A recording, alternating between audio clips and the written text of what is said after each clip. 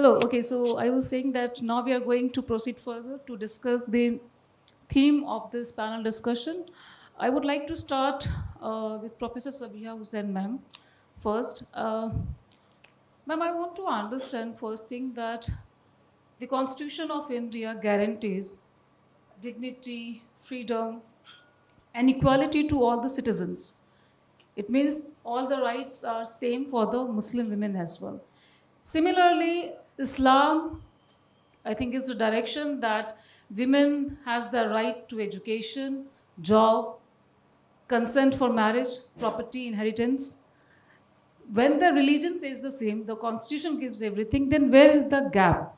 That why the Muslim women in India are not able to do the progress even after many decades of independence.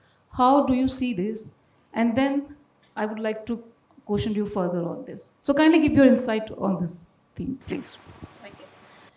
Thank you so much for inviting me and for such an important topic, which is very close to my heart. And I have been doing research for the last 30 years on the issue of Muslim women, not from Islamic perspective, because as she said, Islam has given ample rights to Muslim women.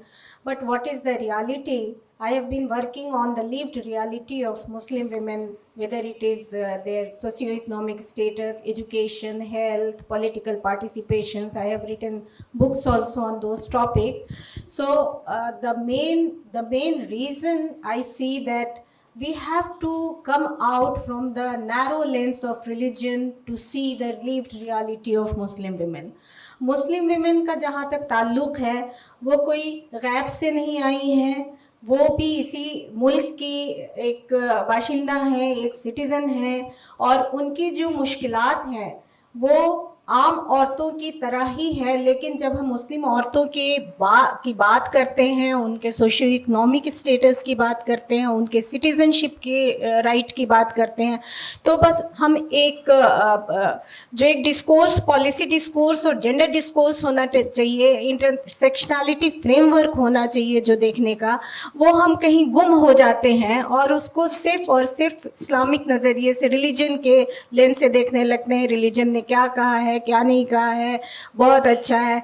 दो ही view हमको देखने को मिलता है, which I have always tried to come out with those popular views. One is Western world view that look at Muslim women as an oppressed human being, not human being. They don't consider Muslim women, as Babli said, they don't consider Muslim women as human being.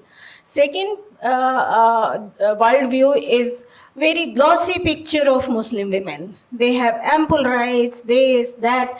But हम देखें कि reality क्या है. इस title में भी मुझे लगता है कि एक अगर हम और ऐड कर सकें, rights, resources, realities and road blocks.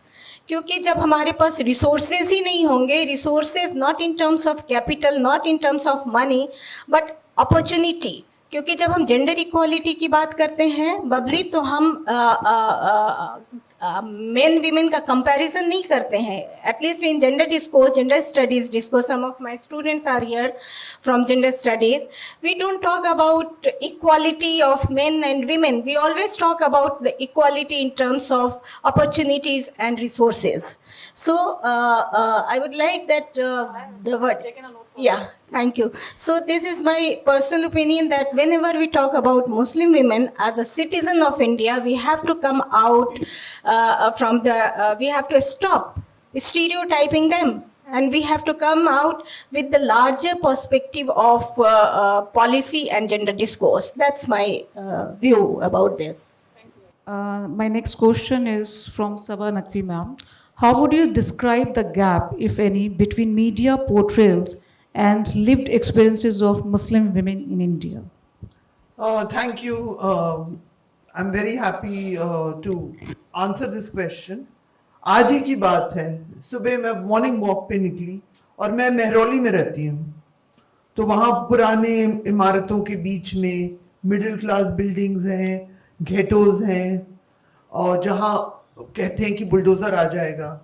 कुछ इलाके हैं जहाँ मुसलमान रह रहे हैं, और पार्क में एक कोने में जहां सारे स्विंग्स वगैरह हैं, कुछ बच्चे बैठ के दे वर डिगिंग द सैंड। तो मैंने पूछा बच्चे क्या कर रहे हो? छोटे छोटे बच्चे थे। कह रहे हैं कि हम मट्टी इकट्ठा कर रहे हैं क्योंकि हमारे घर में चूल्हे बन रहे हैं। अब चूल्हे क्यों बन रहे हैं? ईंट मट्टी सब इकट्ठा करके, गैस नहीं है। और बिल्कुल दे वर 5 years old, 4 years old, very sweet. And then one woman came running, और मैं उस इलाके में, उस पार्क के उस कोने में एक जगह पीछे एक स्लम है जहां बहुत मुसलमान रहते हैं, वहां से लोग आते रहते हैं, और they were, a lot of them were Mewati women, and the children, 6-year-old girl holding a 2-year-old child, they were also to be the future women of India, of whatever, and they were working from their childhood. They are working. I was telling some of my fellow walkers, I said, कब दोस्ती बन जाती है अगर आप इतना घूमेंगे, हर तरह के लोगों से, इस तरफ उस तरफ, सबसे बन जाती है if you're a regular. मैंने कहा यहाँ तो बच्चे भी खुशी खुशी मेहनत कर रहे हैं हमारे मुल्क में, और ये आए हैं नंगे पैर और वो मट्टी को इकट्ठा कर रहे हैं। और फिर एक बच्ची आई अपने छोटे से दुपट्टे में, she said मुझे साग मिल गया, she had bhatwa साग, she had collected, broken it from the trees. So this is a manifestation of their lives. They're working hard. I can only give you anecdotes. I do not actually have positions on gender issues. I cover the larger, of course, I think all women should be equal, but my forte has been politics. I can tell you a little bit of my life. I'm a journalist, and I managed to cover the Bharatiya Janata Party regularly for many years in the Vajpayee era. I have books out on that. I have managed with my life to be as empowered as I felt the need to be. And I was not held back by my own family in any way. And so I do not, I'm not a gender activist, I'm a political journalist. I will just say one thing, that the men cannot be separated from the women. If bombs are falling on Iran, they are falling on everybody there, children, women, men. If laws are being framed, if people are losing their rights to vote, it is happening to everyone. There is not a gender segregation there. In fact, some reports say it could be happening more to women in one part of the country. You said not to get political, so I will avoid that at this time. But the newspaper reports are saying that. तो अगर बम फूटेगा सब पे फूटेगा, अगर जंग होगी सब पे होगी, अगर कानून ऐसे आएंगे जो लोगों को बाहर करेंगे और कुछ को अलाउ करेंगे अंदर, तो सब पर असर होगा। उस बीच में हम अपनी दुनिया में जितने भी equality, generosity, sisterhood, brotherhood, as long as we bring that all into our own lives, it is a good thing. So I would support any idea of equality. At the same time, I am very hesitant to get engaged with it in a point where those who wish to make the Muslim community actually the target want to exploit these battles within the gender battles of the Muslim community. So since you have invited me, Bubbly, I'm putting my perspective on it. Huh? You know, that I also don't think it is the defining issue of my life. The defining issue of my life is justice for everyone, is to see education for everyone, to see rights for everyone, equality for everyone. And then only would I go on to the next stage. But thank you so much for having me. Very. Thank you, Sabha ma'am. My next question is to Dr. Shabista Ghaffar ma'am. Ma'am, how would you assess the status of Muslim women in India in terms of access to education, rights and opportunities?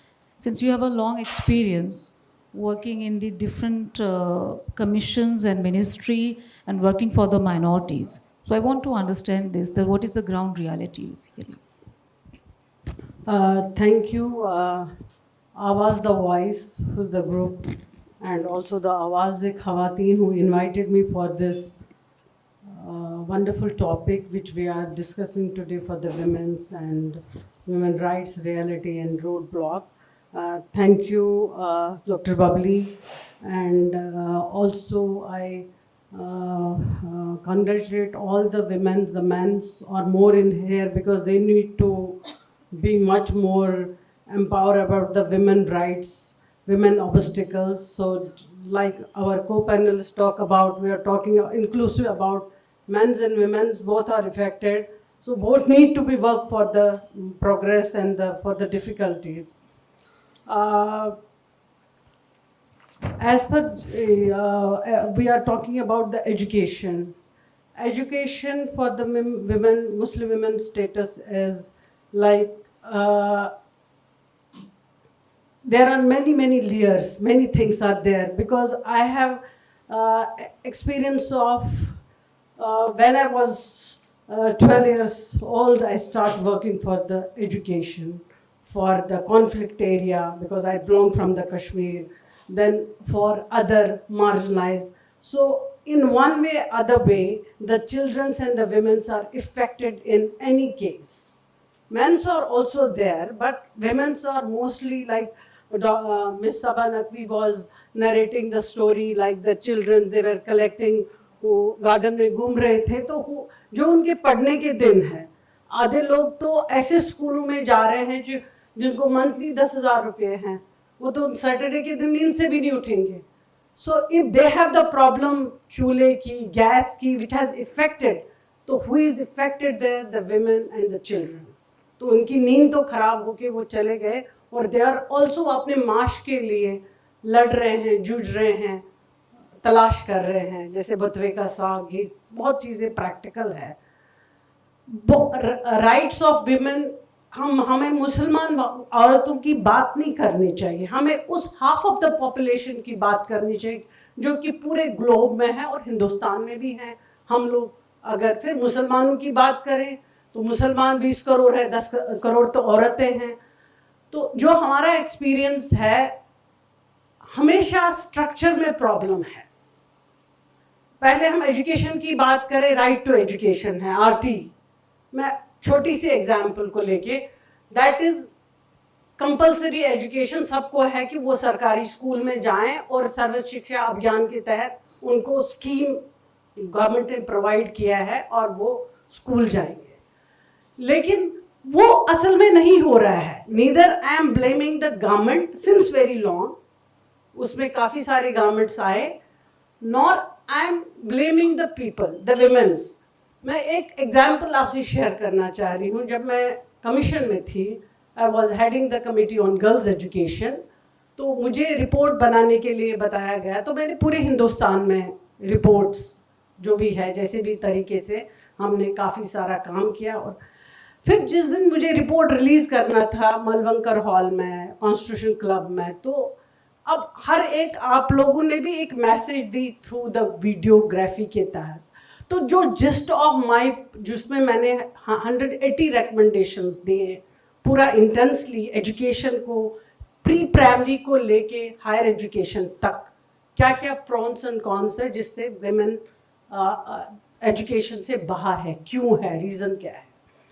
तो जो मैंने video film बनाई थी वो 1.5 minute की थी. It was not more than that. हमारे बिल्कुल लगे हुए, दिल्ली से लगा हुआ एक स्टेट है हरियाणा. हरियाणा का एक गांव है मेवात. तो वहाँ मैंने बहुत काम किया, और हमने एक बारी देखा कि औरतें दूर से पानी ला रही है, लड़कियाँ. तो हमें उनसे पूछा, आप पानी, तो वो 2 किलोमीटर के लिए एक गड्ढे में एक तालाब था जहाँ पे भैंसें भी नहा रही थी, और वो औरतें कपड़े भी धो रही थी, बच्चों को नहा रहे थे, पानी लेके जा रहे थे. स्कूल का टाइम था, वर्किंग डे था. हमने कहा हम तो 2 घंटे लगते हैं आने जाने में, तो स्कूल का टाइम तब तक चला जाता है. तो उनको कौन चीज़ रोक रहा था एजुकेशन के लिए? एक्सेस ऑफ बेसिक नेसेसिटी जो वाटर है, पानी पीने के लिए नहीं था, नहाने के लिए नहीं था. तो इस तरीके से जो स्ट्रक्चरल प्रॉब्लम है ओवरऑल, इट्स नॉट वन कि फिर हम उसको वो सबके लिए हैं. और अब जहाँ पे हमें लगता है कि अर्बन और रूरल में अलग अलग प्रॉब्लम्स हैं, मुसलमान खवातीनों को जो एजुकेशन में नहीं है. सपोज एक बात करना चाह रहे हैं, एक प्रोजेक्ट मैंने किया नॉन टिम्बर प्लांटेशन का, वो भी मैंने कश्मीर में किया. ऊडी बहुत एक रिमोट एरिया है, और वहाँ पे हमने किया, वहाँ पे वो लोग जैसे क्यूमिन, नॉन टिम्बर प्लांटेशन के लिए हर्ब्स वगैरह विमेन सुबह जाके जंगल में कलेक्ट करती है। वो कितने घंटे दे रही है? 10 घंटे ऑफ टाइम। वो बहुत दूर जाती है और वहां से लाके जो मीडिएटर होता है उसको वो पैसे दे देती है, मतलब वो माल देती है, वो पैसा देता है। Same women who is in Delhi और हु इज इन मुंबई, वो डोमेस्टिक हेल्प के लिए जाती है कहीं पे, वो भी उन 10 घंटे जाती है, वो महीने का 15,000 20,000 कमाती। एंड जो वनरेबिलिटी जितनी है, जितनी अपॉर्चुनिटी आपके पास है, हम उनको पढ़ाते हैं। जिनके पास अपॉर्चुनिटी ऑफ रिसोर्सेज नहीं है, इकोनॉमिकल हर्डल में बिल्कुल नटशट में बताना चाह रही हूँ जो क्वेश्चन आपने बताया, it's a poverty whether she is a Muslim और शी इज नॉट ए मुस्लिम।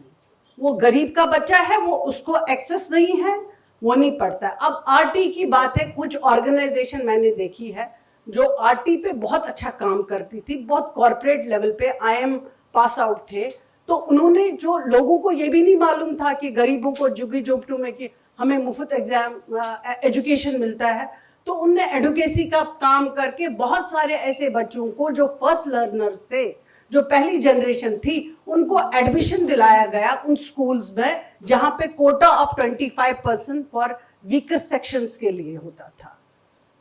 तो इस तरीके से हर एक को पढ़ने की जरूरत है और हर एक लेयर में काम करने की जरूरत है। तो वी कैन नॉट ब्लेम कि कोई थियोलॉजी आपको, कोई फेथ आपको रोक रहा है पढ़ने के लिए। वो तब जमाना था जब 50 साल पहले मेरी आंट ने मैट्रिक किया था और उसको गवर्नमेंट नौकरी का ऑर्डर आया था, ठीक, माय खाला। तो उसके हस्बैंड ने बोला बिल्कुल नहीं जाना है, इसको नौकरी ही नहीं करना है। देन माय फादर इंटरवेन कि ये अच्छा है, नौकरी करेगी, इसने पढ़ा है। तो वो पहली ख्वातीन थी जो कि नौकरी करने गई और उसके बाद उसका फादर 30 साल के बाद मेरे फादर से कहा मेरा डिसीजन उस वक्त ठीक था कि गलत था। सो इट्स हाउ वो माइंड सेटअप चेंज हुआ कि औरत को बाहर नहीं निकलना है। आजकल ऐसा भी है, मुस्लिम खवातीन इतनी सारी एम्पावर्ड है, उनने डिग्रियां की है, PhD किए हैं, and they don't have the jobs. So अब हम ये नहीं बोल सकते हैं कि पढ़ने के लिए इस्लाम रोक रहा है, पढ़ने के लिए हमारा कॉन्स्टिट्यूशन रोक रहा है। Article 14, 15, 21 everybody has the right. तो आर्टिकल 29, 30 जो माइनॉरिटी एजुकेशन इंस्टीट्यूशन एस्टैब्लिश करना है, जहां पे जो अपनी मर्जी से करे, वो अपने तरीके से उसको एजुकेशन को इम्पार्ट करना चाहे, वो सहूलतें भी है। तो it will be lengthy one, so may be she can ask me another question so I can continue. Thank you so much. Thank you, ma'am.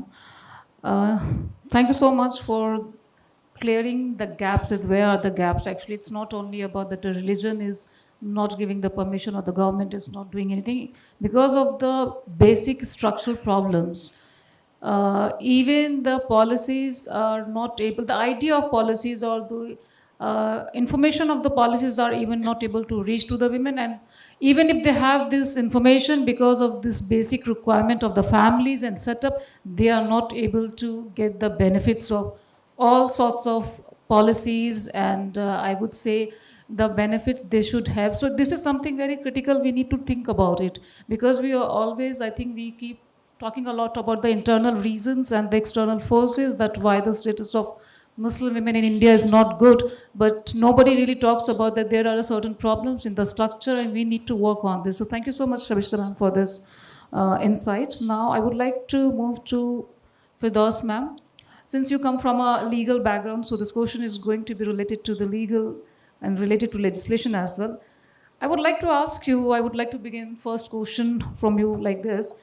Are existing legal remedies accessible to marginalized Muslim women, especially those are from economically weaker backgrounds, or not? What is your experience? What is your idea is on this particular issue? Thank you.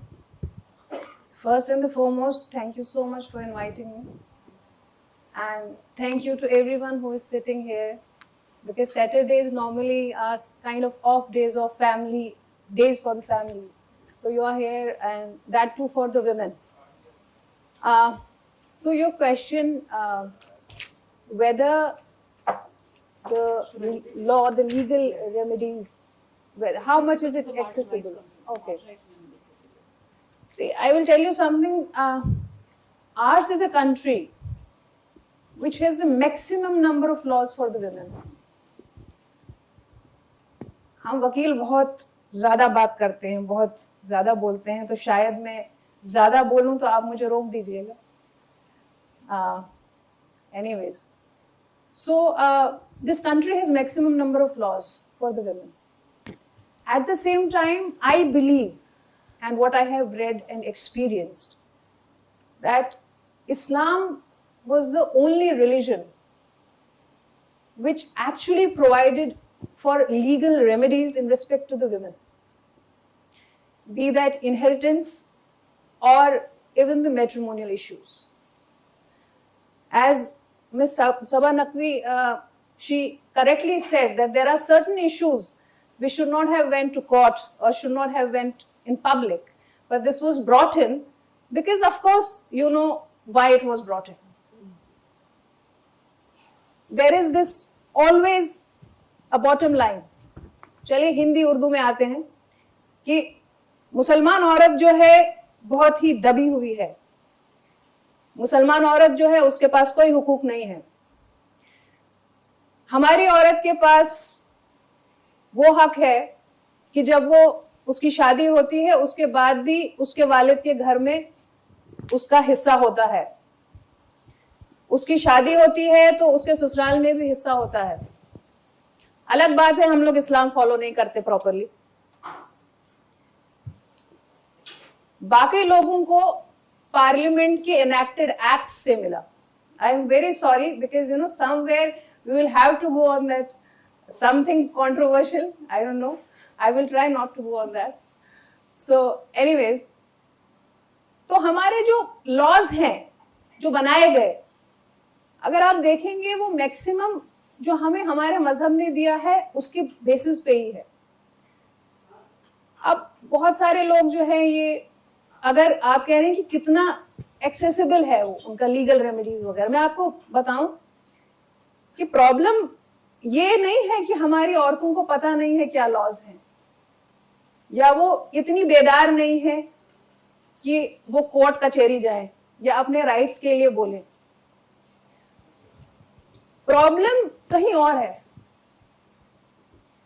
As professor Sabiha ma'am said, resources. What I have experienced, कि आपको भी पता होगा हमारे यहाँ पे होता है कि कुछ नहीं तो कुरान शरीफ पढ़ा देते हैं लड़कियों को. अब उसमें भी एक बड़ी प्रॉब्लम है. जब कुरान शरीफ पढ़ाते हैं तो उसमें ऐसे पढ़ाते हैं यूं यूं अलिफ लाम मीम ज़ालिकल किताब ला रैब फीह. उसमें नहीं बताते हैं कि क्या है मतलब इसका. ये नहीं बताते हैं कि क्या हुकूक है, क्या राइट्स हैं, क्या करना है, इस्लाम क्या बताता है. उसमें बोलते हैं कि लड़कियों को घर के काम करने, लड़की बाहर नहीं जा सकती. यहाँ तक कि बहुत बार कोर्ट में मेरे पास सामने बहुत सारे लोग आए, हाँ आप बहुत अच्छा बोलती हैं, बहुत अच्छा केस लड़ती हैं, मगर ये आपके ऊपर अच्छा नहीं लगता, और वो भी आप स्कार्फ पहन के कोर्ट में जाती हैं. कई कॉन्फ्रेंसेस में मुझसे बहुत लोगों ने ये कहा. और उसका एक विपरीत कि एक नॉन मुस्लिम आके मुझसे कहता है कि ये, तो यहाँ पर आप ये समझिए ना, मुसलमान ने मुझसे कहा आपके ऊपर ये सही नहीं लगता, और उसके अपोजिट में एक नॉन मुस्लिम लेडी मुझसे आके कहती है कि आप बहुत अच्छा बोलती हैं, आप बहुत ही आपको बहुत एक्सपोजर है, आप बहुत ये है, मगर आपको स्कार्फ नहीं ओढ़ना चाहिए. है ना. तो यानी कि दोनों ही जगह पे कहीं ना कहीं. So today all of us sitting here, and it's very good whatever topic you have taken. औरत तो दबी हुई थी, मगर हमारे साथ एक और स्ट्रगल है. हम मुसलमान भी हैं. हम लोग अल्लाह का शुक्र करते हैं मुसलमान हैं, बट इसका मतलब हुआ कि दो चीजें हमें प्रूव करनी पड़ती है, दो चीजों से स्ट्रगल करना पड़ता है. I am sorry, I think I डिसरेड, but I am using your platform. आपके सवाल पे आती हूं मैं। Before that I will say this कि हमें मेहर का राइट दिया गया है। Unfortunately I met so many women. I have been associated with so many NGOs and I hope to get associated with your NGO also. तो बहुत ही जो गेटोज, बहुत ही ऐसे इलाके जहां हमें पता है, देखिए कॉन्फ्रेंस रूम्स में हम डिस्कशंस करते हैं, बट जो ग्राउंड लेवल है, ग्रास रूट लेवल है, वहां पे वो पता नहीं, पहुंच नहीं पाता है। सो कुछ ऐसे इलाकों में हम गए जहां पे हमने सोचा कि औरतों को बताते हैं कि भाई क्या राइट्स हैं आपके और कुछ हम उनकी मदद कर सकते हैं। वहां पे मैंने पूछा उनसे कि आपका कितना कितना मेहर बंधा हुआ है। आपको हैरानी होगी सुन के, किसी का 50 रुपए, किसी का 100 रुपए, किसी का 300 रुपए और आज के डेट में किसी का 800 रुपए। इस्लाम में जब मेहर का जिक्र है, जब ये हमें एक राइट दिया है मेहर, ये वो चीज है जो कि एक मेंटेनेंस है कि आप अपनी जिंदगी उस अमाउंट से चला सकें। आप अपनी उससे, अब 800 रुपए में आप क्या कर सकते हैं? उसमें तो आपकी एक क्रीम भी नहीं आ पाएगी आज के जमाने में। प्रॉब्लम एक और है, और जिसको मैंने अपने घर में करेक्ट करने की कोशिश की। हम अपनी बच्चियों को डिसीजन नहीं लेने देते हैं, हम उन पे डिसीजन थोपते हैं। बेटे ये तो मेहर तो इतना ही होना चाहिए और ये है और फलाना ढिमकाना है और वगैरह। अब आप वो लोग डिसीजन क्यों नहीं ले सकते हैं? क्योंकि आपने उनको उस हिसाब से एजुकेट ही नहीं किया। हम लोगों के घरों में प्रॉब्लम है। एक और पैनल डिस्कशन में मैं डॉक्टर शबिस्ता के साथ थी, वहां यही डिस्कशन था कि हम लोग अपने घरों में वो तरबियत ही नहीं दे पाते हैं, तभी कोर्ट्स में फिर केस चले जाते हैं। तो अगर हम मेहर को, मेरे वालिद ने जब मेरा मेहर मुझसे पूछा और मैंने उनसे कहा तो मेरा है 786 किलोज ऑफ गोल्ड। अब वो देते रहे जब जहां से दे सकते, है ना? शादी करनी है तो ठीक है कर लो। And he is a good man, he accepted it. अब खुदा ना खास्ता मुझे तो नहीं जाना पड़ेगा 125 CRPC में मेंटेनेंस मांगने, है ना? सो देयरफॉर कहीं किसी और कॉन्फ्रेंस में मैंने बहुत अच्छी बात सुनी थी। किसी ने कहा वहां पे, these are not my words or thoughts, but he rightly said, he said problem is that when we are not following Islam properly, so it won't even protect us. अगर आपका डिस्प्यूट है अपनी वाइफ के साथ, compatibility नहीं है, आप मारते पीटते क्यों हैं? कहाँ लिखा है मारना पीटना है? You please sit, discuss, you are not compatible, break down theory, आप तलाक खत्म कीजिए, अपना मेंटेनेंस दीजिए, मेहर दीजिए। अब तो खैर 125 CRPC भी है। एक्सेसिबिलिटी की यही बात है कि हमें हमारी औरतों को, मैं जितना मेरा एक्सपीरियंस है, और recently I was sitting in the mediation, I am a trained mediator also. In a day's time, almost there were 46 or 47 matrimonial disputes, out of which I was surprised to see that almost 24 or 23 matters were of Muslim women. And these women were aware of their rights. वो बहुत खुल के उनसे कह रही थी अपने husband से, भाई ठीक है, अगर आप हमें इतना नहीं देंगे, या आप हमें अपने साथ घर नहीं ले जाएंगे, या आप हमें अलग से वो घर नहीं देंगे जहां सास तंग कर रही है, या आप हमारे बच्चों को मेंटेन नहीं करेंगे, तो हम आप पे ये केस लगा देंगे। So it is not that awareness is not there, awareness is there. So why I actually want to break this stereotype कि हमारी औरतों को नॉलेज नहीं है। और ये वो औरतें नहीं है कि जो कि जो है किसी बहुत ही एजुकेटेड फैमिली से हैं, या नहीं, बहुत ही निचले तबके से हैं। प्रॉब्लम ओनली इज डर, वो है सोसाइटी का। उनको लॉज भी पता है। एक वुमन जो थी, एक औरत जो थी, वो 20 साल से उसके घर में जब वो खाना बनाती थी तो वो एक रोटी जो है वो चूल्हे के नीचे डाल देती थी, गैस चूल्हे के नीचे, क्योंकि खाना सब खत्म करते थे, बाकी जो बचता था वो फ्रिज में रखते थे, और उसके जो इन-लॉज थे वो उसमें तल लगा देते थे फ्रिज में। उस बेचारी ने 20 साल ये बर्दाश्त किया, 18 साल 19 साल, जब उसका बेटा कॉलेज जाने लगा, कॉलेज में उसके हस्बैंड ने उसका एडमिशन कराया, so she reached to my office and she said, madam मुझे अब डिवोर्स चाहिए, मेरे बेटे का अब कॉलेज में हो जाएगा, अब मुझे कोई परेशानी नहीं। तो for the sake of the son उसने इतने साल बर्दाश्त किया। तो अल्टीमेटली इट इज नॉट कि हमें लॉज नहीं पता। अब तो मतलब पहले तो होता था ठीक है, अवेयरनेस कैंप्स हो रहे हैं, बाकी चीजें, किसी से बात पता चली, किसी बहन ने बता दिया, रिश्तेदार ने बताया, अब तो सोशल मीडिया पे खुल के सारे लॉज वगैरह सब है। Only thing is that because of the fear of the society they are not coming forward. और छोटे मतलब उन मीडिएशन सेंटर में भी मैंने देखा बहुत कम अमाउंट में दे आर सेटलिंग कि भाई फिर कोर्ट कचहरी रोज आएंगे तो लोग क्या कहेंगे और this and that. So it is not accessibility, it is just the fear of the society that they are not, they are not actually fighting for their rights. Moving ahead, yeah.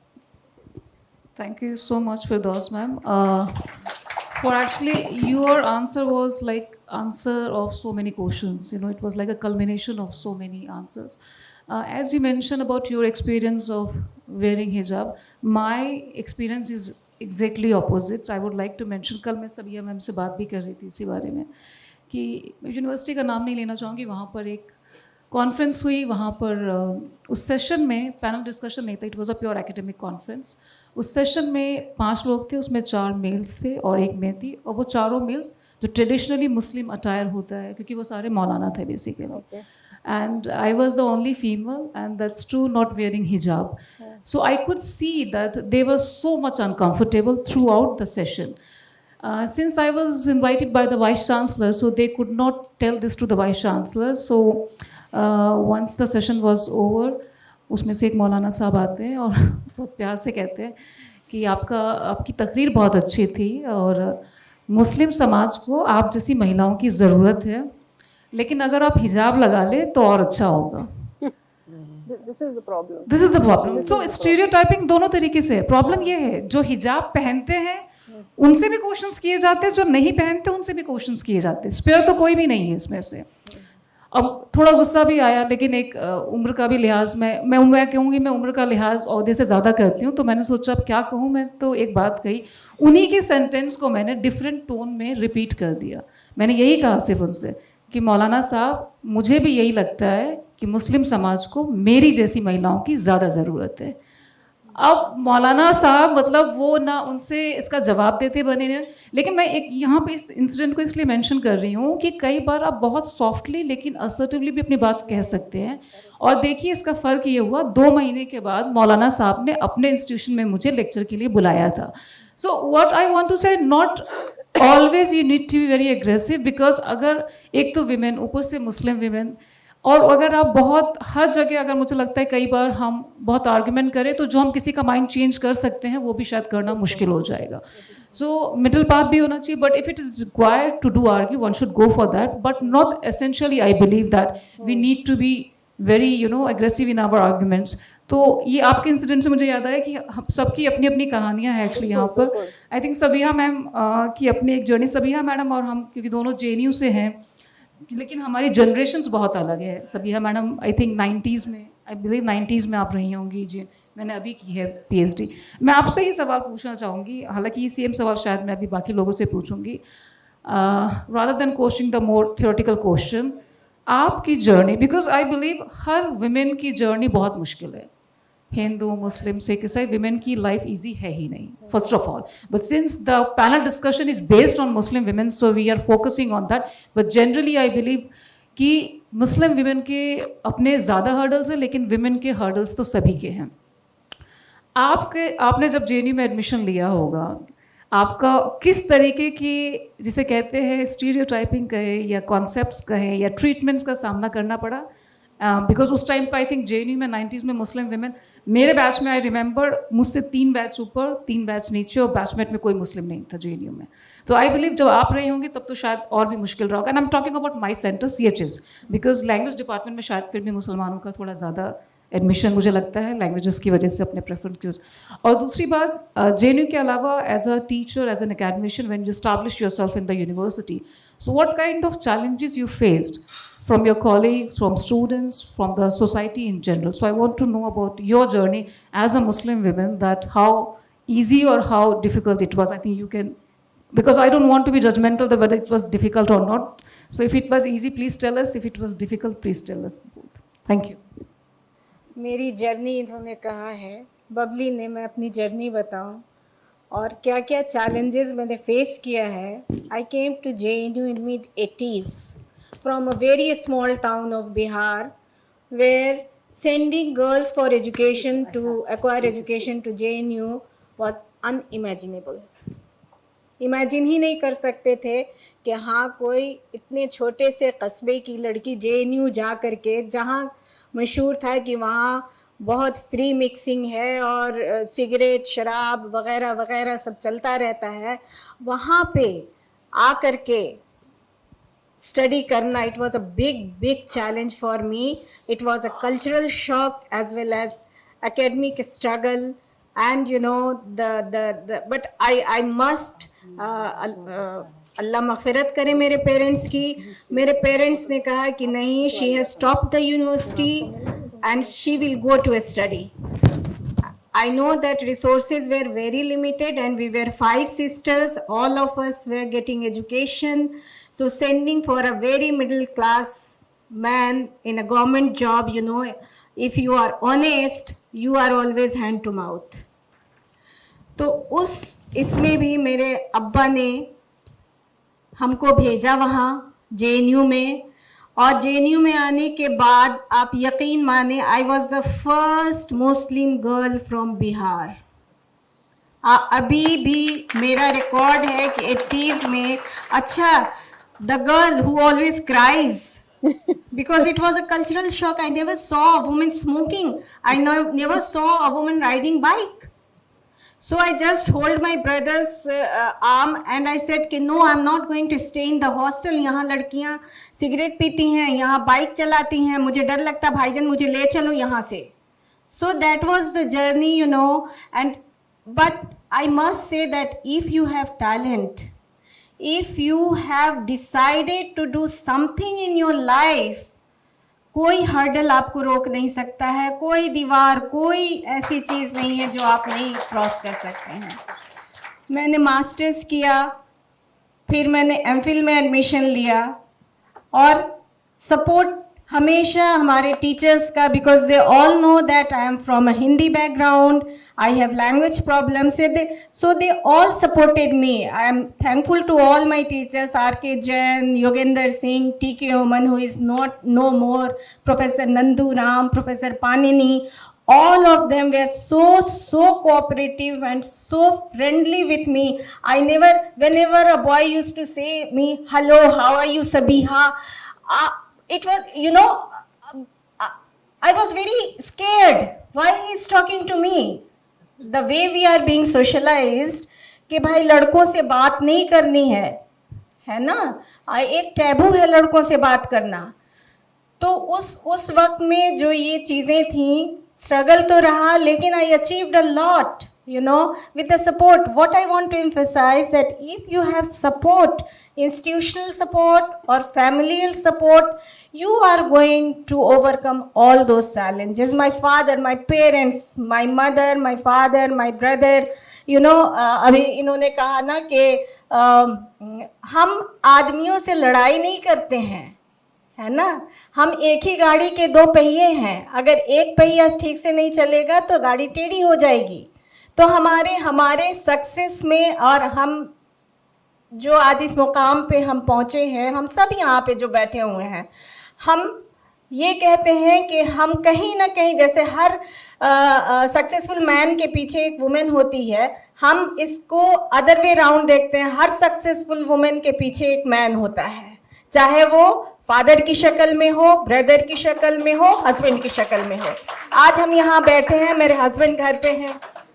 He also wanted that today Saturday she should be there, but he allowed me. He allowed me.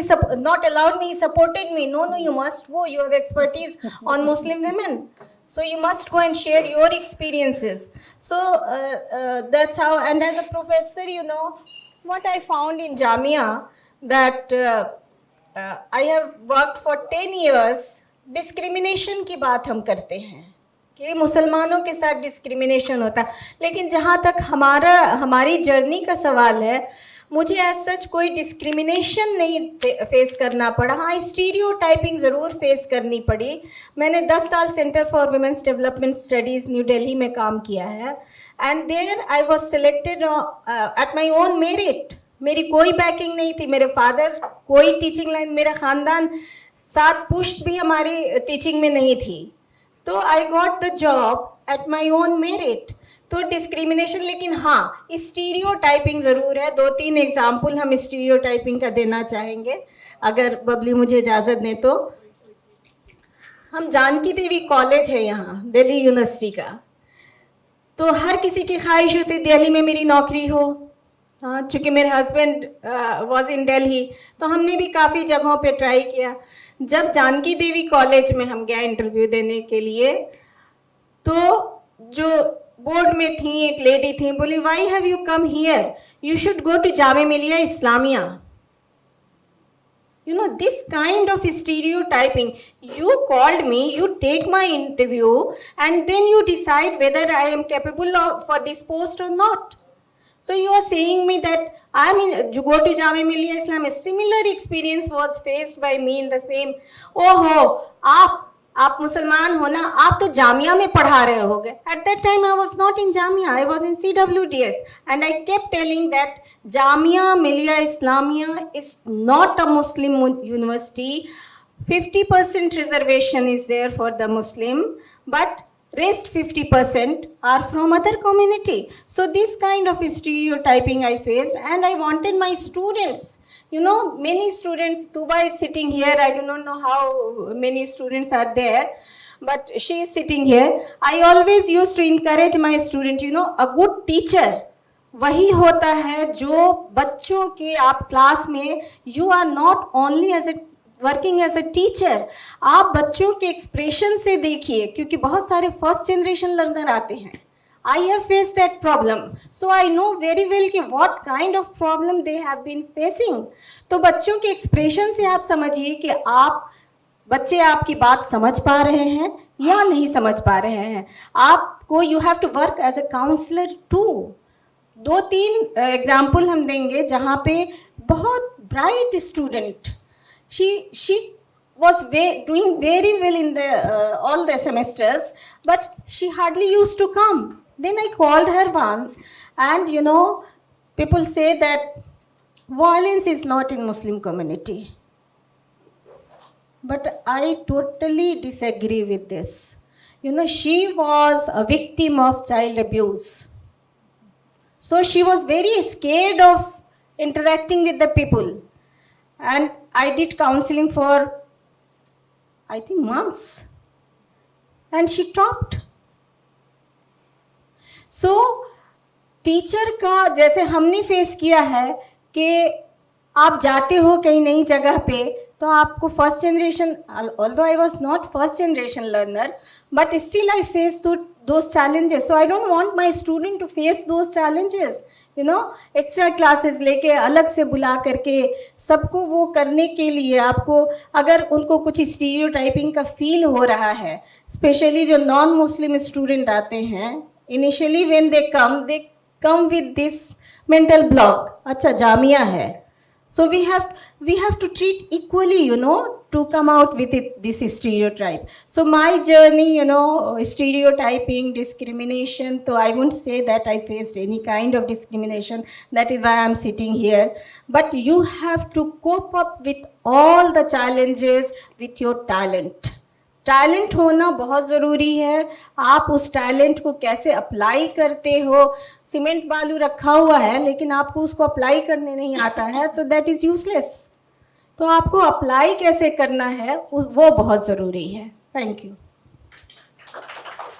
Thank you, Sabia ma'am.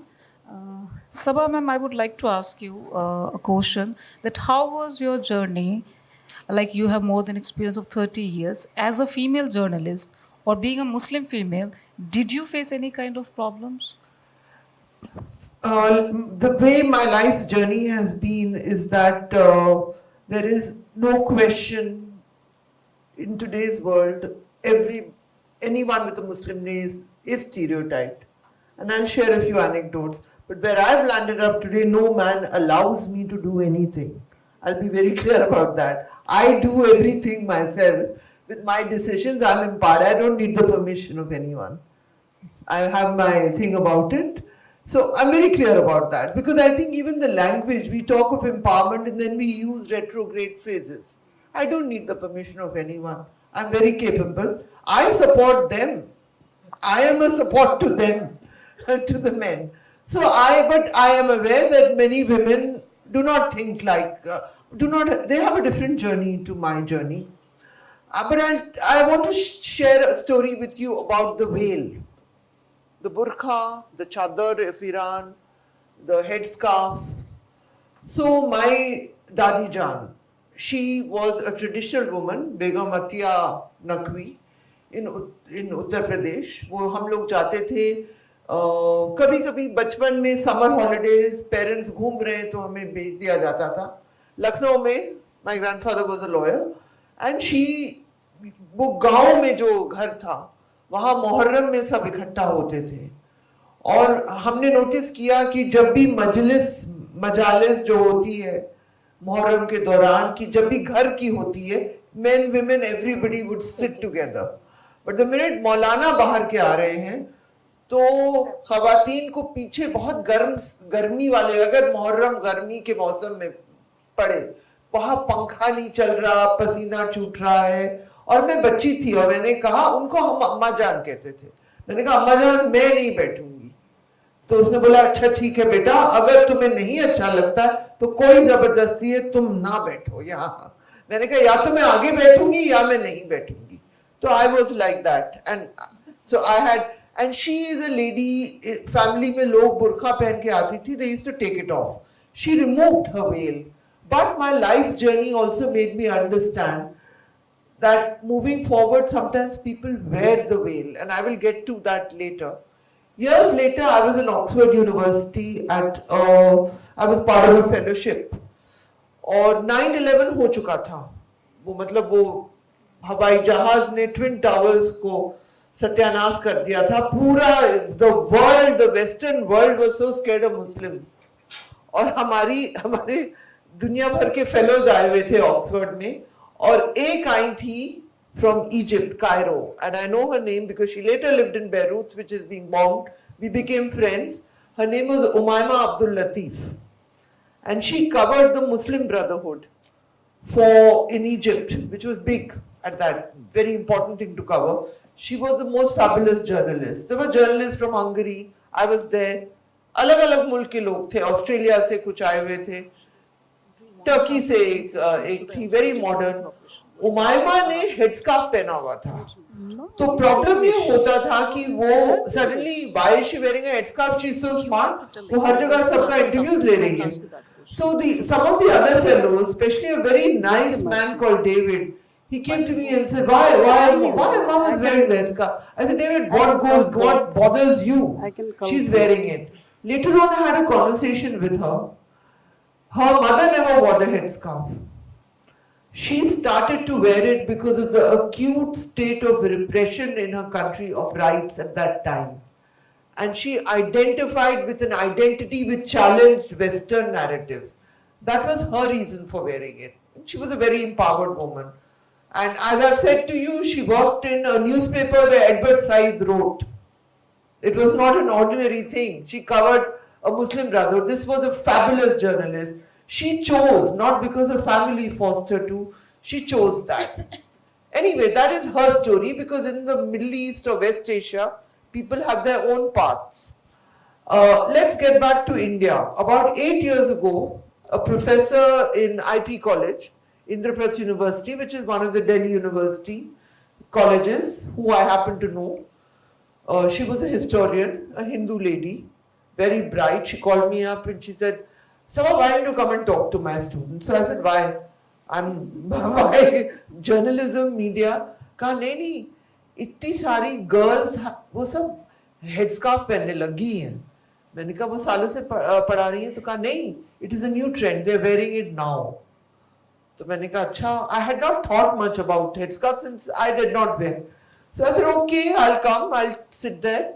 She had organized, very well organized. Pure colleges, mein about 40 girls were there who were there. They were obviously all Muslims. And I had the most fascinating insights into what is going on here. Some of them did not have family pressure, they chose because of the gaze of others on Muslims. Some of them felt it was part of their tradition. For some, the headscarf was like it was for my Egyptian friend Umaima, it was a challenge to hate that is targeting all Muslims. They said, okay, you are not going to include us in your life, so we'll create our own life, we'll create our own identity. Some of it was through preachers who they followed on social media.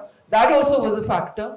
So I had a very, very interesting sociological learning curve in that cohort of all the Muslim girls of Indraprastha College, you know, and I realized, so I just wanted to share with you life's journeys. But you asked me about myself. Well, of course I have faith prejudice. I have been trolled like nothing else. I've had all sorts of things happen to me. I've had people issue death threats to me. So little bit of profiling is child's play, nothing, you know, that is nothing. A little bit of everybody here can be profiled. Let's also accept that it's not just Muslims who are profiled. If you are from a particular caste, you are profiled. You cannot live here, you have to live there. But certainly very much before this current era, when I was a child and then I grew up, and when I went to look for a house also, the broker said, here they don't give to Muslims. But this was not it's not something that happened yesterday. Yes, saalon se ho raha hai. But they also don't give to their fellow Punjabis at that point, because they said वो छोड़ते नहीं है. South Indians आ जाए उनको देंगे, वो छोड़ देते हैं चुपचाप से. So you know we don't. This is the truth. South Indians वो कह रहे नहीं जी पंजाबियों को भी हम नहीं दे रहे हैं आजकल क्योंकि वो छोड़ते नहीं है. अब तो मुस्लिम के खिलाफ और हो गया. साउथ इंडियन फेवरेट टेनेंट था दिल्ली में. साउथ इंडियन वो चुपचाप से चले जाते हैं. That was the impression. So life has, there is no black and white story. There are shades of grey, but there is no doubt. And I can also tell you about Iran, where I've been many times, where women wear the chadar. Some don't want to wear the chadar, but that is a society where it has the highest literacy levels. It's more than 80, and some of it has happened after the revolution, which is why these guys, they have hung in, why people can fight for them. And I have been to the floor of the IRNA news agency. आपने देखा होगा वो पूरे floor में, it is quite a sight for me, क्योंकि चादर बुरखा जैसा नहीं है, चेहरा दिखता है. I was also wearing it. पूरी फ्लोर में मीडिया चल रही है चादर की तरह. They are flying like people, you know, going here, going there. The whole floor is full of it. It is a visual thing which I remember, you know. So it was like a sight, and they were all journalists. So let's not get trapped in stereotypes. People face a lot of challenges in life. But where I've reached right now, I'm very blessed. I can support a lot of people. I can speak up for their fights and their rights. But I need permission from no one to do that. Thank you very much. Thank you so much, Sabha ma'am. Actually, what you replied, I actually wanted to ask two questions, but because of the paucity, I did not ask. That what kind of stories, you know, stayed with you for a long time? I think what you were describing, it was more like that, and then your own experiences also. So thank you so much for giving not only insights, but the stories you shared.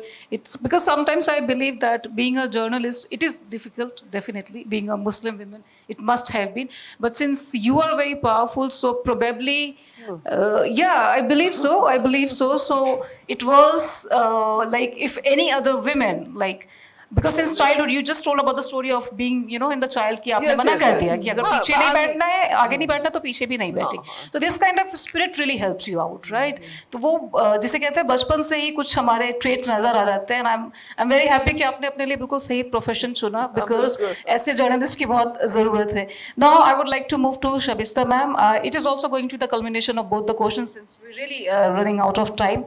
I'm sorry, but being the moderator, I need to say this, that what was your journey like, ma'am? And kindly combine with this question, if you can, in the short span of time. If you had to recommend 3 immediate actions for stakeholders, government, educators, and communities, what would they be? Thank you. Thank you so much.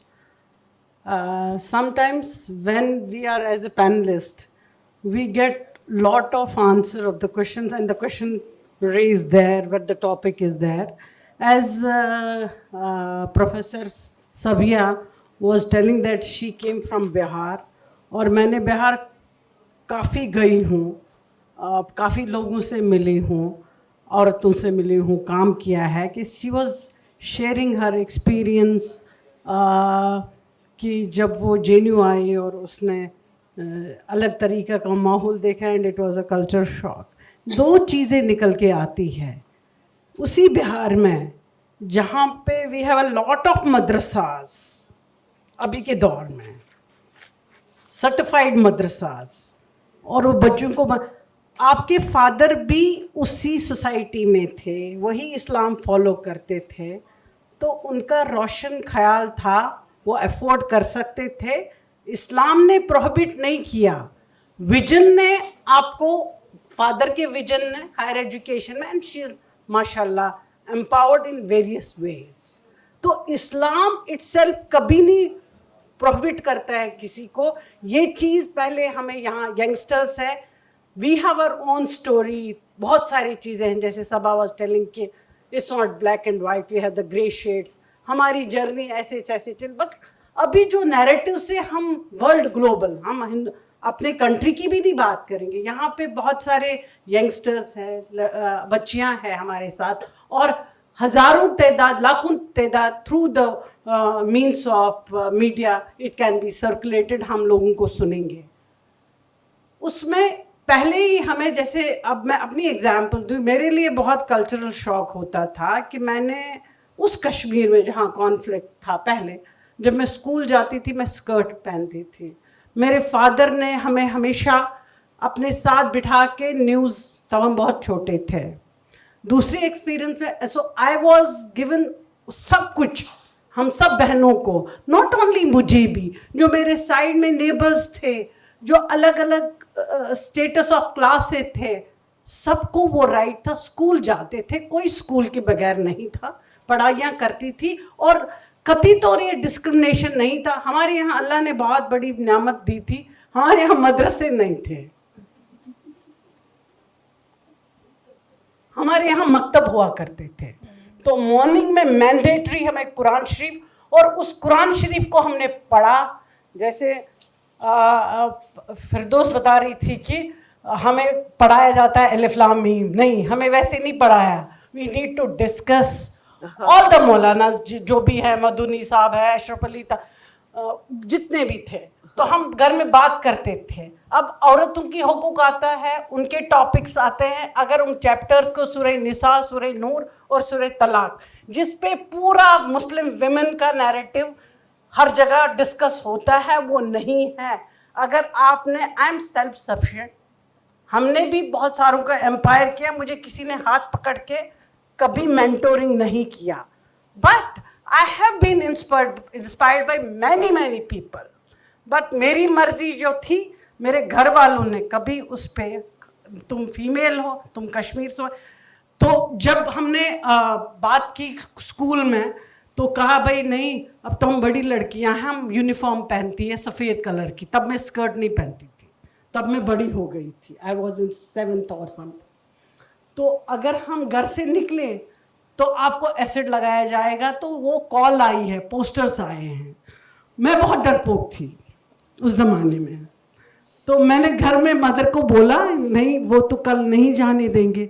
My father was not there, वो कहीं और होते थे, तिजारत की वजह से weekly आ जाते थे. तो हमारी मदर उन दिनों दूसरी वेल सब औरतें पहनती थी जस्ट. तो मैंने मदर का सुबह वो निकाला, पर्दा जो था, मुझे ये डर था कि मुझे एसिड लगाएंगे, मेरा चेहरा खराब करेंगे. जब मैं गई और वहाँ पे कुछ ने लाया था, कुछ ने नहीं लाया था, तो वापस आई तो मेरे फादर को मालूम पड़ा. तो ही वॉज अ पर्सन जो कि बहुत ही उसके खिलाफ थे, आपको नहीं लगाना है. उसने कभी प्रमोट नहीं किया बुर्का को। I want you to be mentally, और इस सबसे था, ऐसा नहीं था। So I was privilege. मैं अपनी जनरेशन की लड़कियों को, जो आने वाले, जो फेस कर रहे हैं, जिनको मैरिज करना है, जिनको, आप कुरान शरीफ को अच्छे से पढ़ लीजिएगा। कुरान में हर चीज है, अगर आप फेथ को फॉलो करते हो। नहीं करते हो कोई बात नहीं, हमारे लिए संविधान काफ़ी है, ग्लोबल सिटीजनशिप काफ़ी है। जैसे 200 साल से पहले फेमिनिस्ट मूवमेंट चला, और राइट फॉर वोट है, और बहुत सारी चीज़ें। तो हमारे इस्लाम में, अगर हम इस्लाम की बात करें, तो उसमें जो वो तो उन्होंने 1400 साल पहले कुरान में सब कुछ दिया है।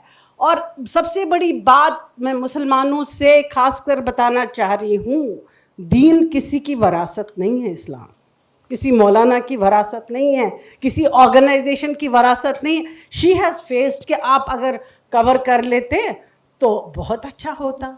मैं जब पब्लिक डोमेन में होती थी, मेरे पास हज़ारों में मजमा होता था जब मैं जाया करती थी पहले, तो मुझे एक बार किसी का फ़ोन आ रहा है, आपको पर्दा करना चाहिए, आप मौलानाओं के साथ बैठे हैं।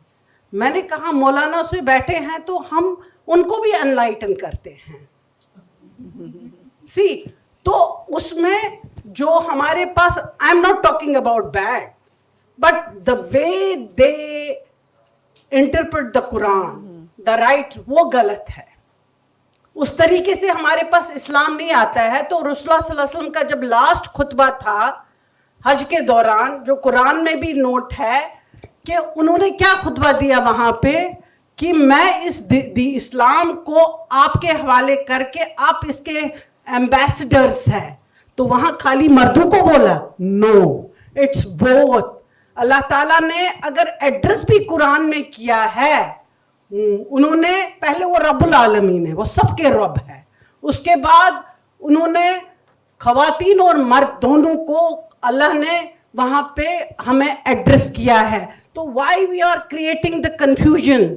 अगर हम पढ़े लिखे नहीं हैं, हमें उसको काउंटर करना नहीं आता है, that is not the fault of the system, because we are not able to represent our religion, our individuality in a positive way. फिर उसको पॉलिटिसाइज, चाहे कहीं से। एक बारी हमारे एक मित्र थे, दोस्त थे, मतलब काम के ही, वो लंदन में हुआ करते थे। वो असल में उनकी जो पैदाइश थी वो लंदन की थी, उनके जो मतलब रूट्स थे वो इंडियन के थे, वो कहीं पे महाराष्ट्र के थे। तो वो उनके घर वालों ने उनको इस्लामी थियोलॉजी भी पढ़ाई थी।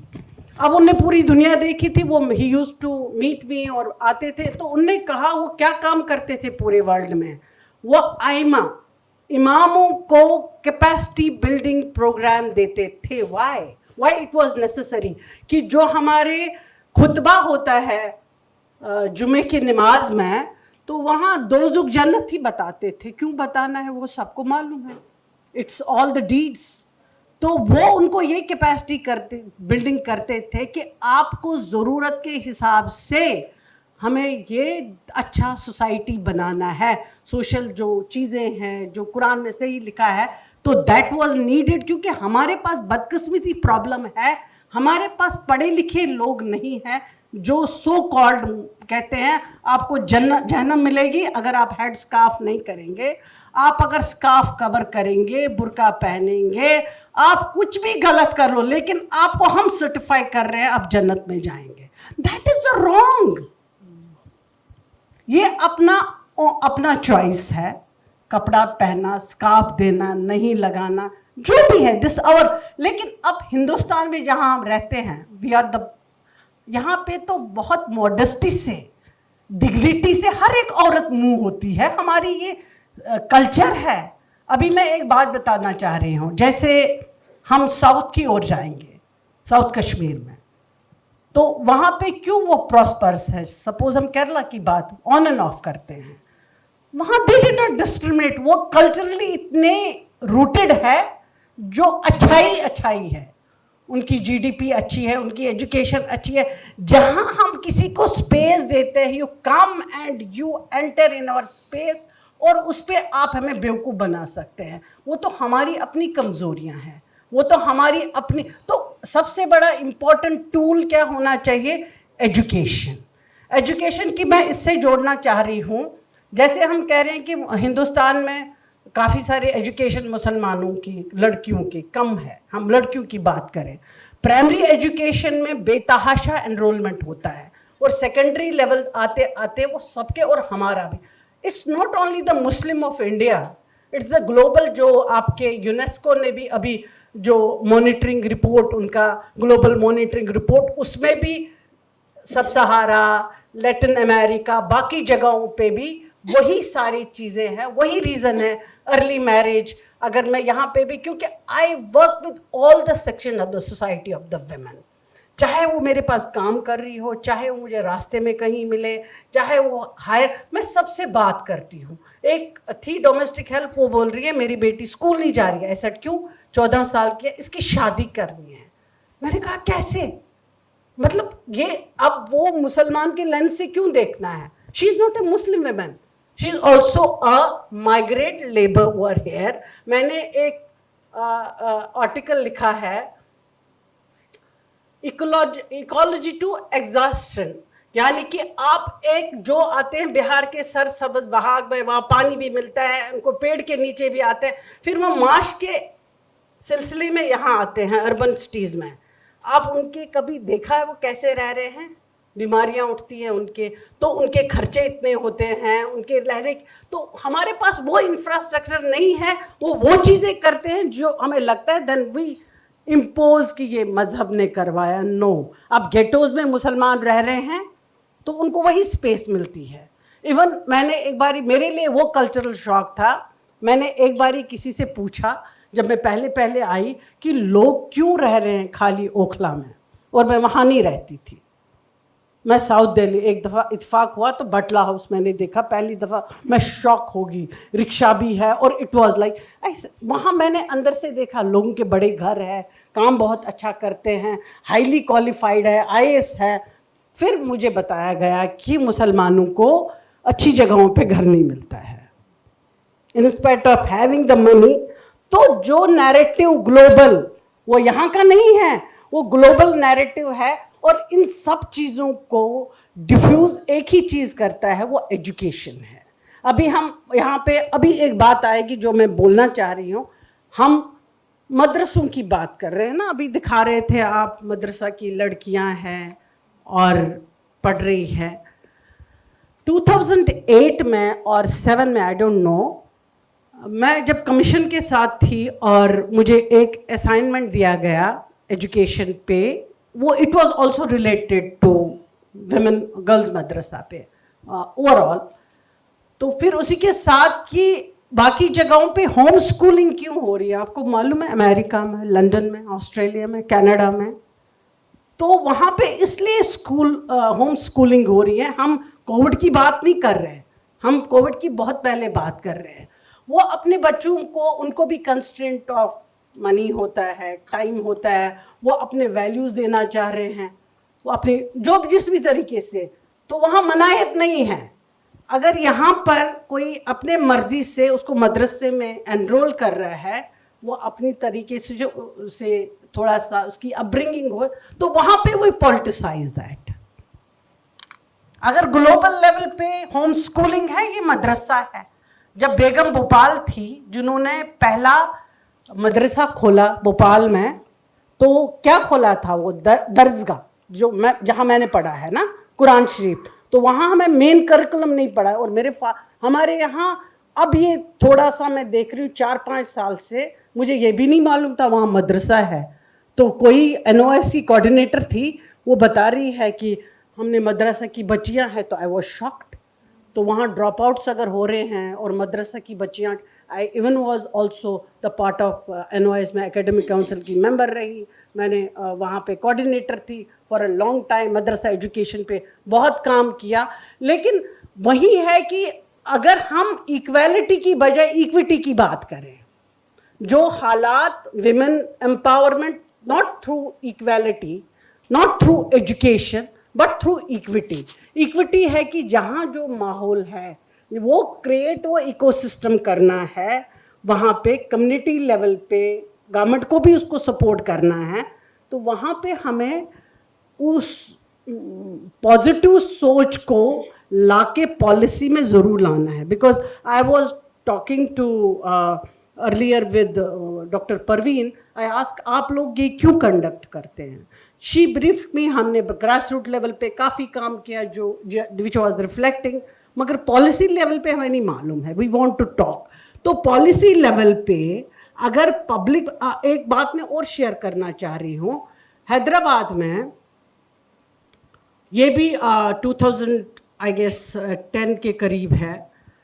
वहाँ पे एक साहब थे, उनके पास बहुत सारे college, and she started with the medical college. अब लड़कियों को भी करना है और वहाँ पे वेल है. मैं उसको बुरा नहीं मान रही हूँ ना, मैं भी मुसलमान हूँ, मैं नहीं पर्दा करती हूँ. देन व्हाट, जो मैं हूँ, जो वो है, उनको भी उस अटायर से कोई फर्क नहीं पड़ना.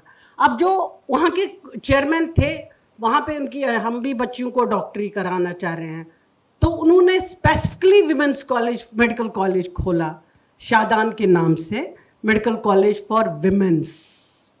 बहुत सारी जगह जहाँ एज पर अगर उनको, क्योंकि जब हम बात करते हैं कोई हॉस्पिटल होता है which is manage by the Christian minority, वहाँ पे नर्सेज उनकी नन्स होती है, ठीक है, वहाँ उनका स्टाफ फीमेल होता है. जब वो चला सकते हैं, वो भी तो स्काफ कवर करती है. तो what is the problem with this Muslim, with the Muslim name. तो इसको थोड़ा सा पॉलिसी लेवल पे, पब्लिक प्राइवेट पार्टनरशिप पे ज़रूर काम करिएगा. क्योंकि अगर मदरसा भी कहीं है, मैं एजुकेशन में कमीशन में रही हूँ, अब ऑलमोस्ट क्लोजर हो रहे हैं बहुत सारे इंस्टीट्यूशन के. What is the reason? एक तो फिनेंशियल कंस्ट्रेन है, स्ट्रक्चर है, but there is no recurring cost. So government need to intervene, and उसको स्ट्रक्चर बनाया हुआ है. अगर लड़कियों के लिए है, जो भी है, जहाँ पे भी है, उस तरीके से यू कैन फाइंड आउट, जिससे लड़की सेफ होके अपना एजुकेशन करे, वापस करे. दूसरी बात है कि जो एफिलिएशन और जो मान्यता होती है वो नहीं मिलती है, उसमें बहुत सी रेजिस्टेंस होनी पड़ती है. जब आपको वहाँ पे आपको मान्यता नहीं है, आपको रजिस्ट्रेशन नहीं है, रिकग्निशन नहीं है, एनओसी नहीं है, तो कैसे वो इंस्टीट्यूशन चले, कैसे? और so we need to intervene more on the structure rather की ब्लेम है. अगर आप सक्सेस स्टोरी सुनना चाह रहे हैं Muslim community, I am not defending, okay, जहाँ पे मुझे क्रिटिसाइज करना है वहाँ पे वो फ्लॉज है, लेकिन वाई टू उनको ज़्यादा तूल क्यों देना है? दे आर नॉट इम्पोर्टेंट, वो करें, वो क्या कर रहे हैं.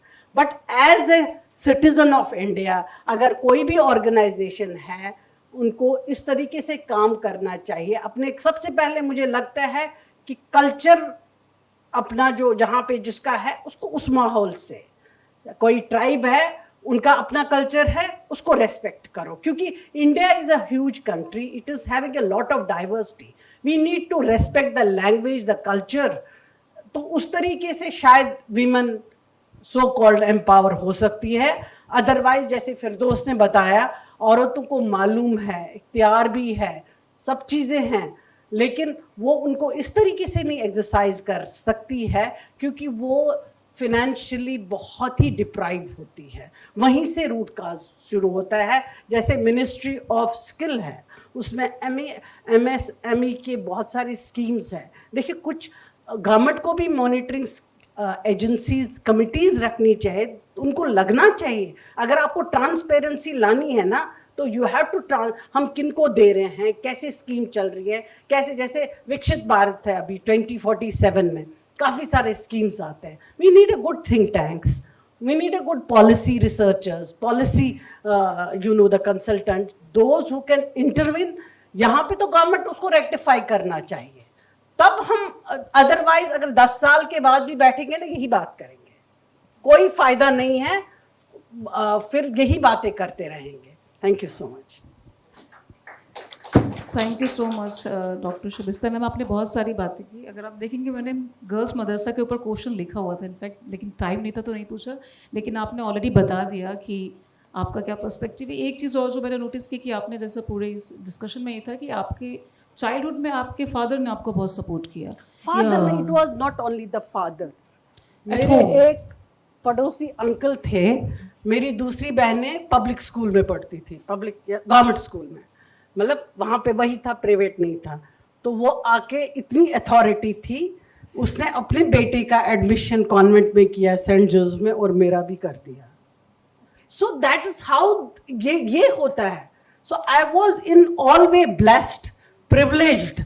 तो ऐसे मौके हैं, आपका अपना माइंड सेटअप चेंज करना है ना। कश्मीर को अभी भी न्यूज़ में आ रहा है बहुत पीछे हैं, पढ़ नहीं रहे हैं, वहाँ पे कुछ नहीं है, ऐसा कुछ नहीं है। वहाँ पे I can count thousands of medicos, engineers. अब वहाँ कारोबार नहीं है, नौकरियाँ नहीं है, स्टार्टअप्स भी कर लिए, लेकिन कोई ये बोलेगा वहाँ पे पढ़ाई नहीं है, वहाँ का औरत को बाहर निकलने नहीं दे रहे हैं।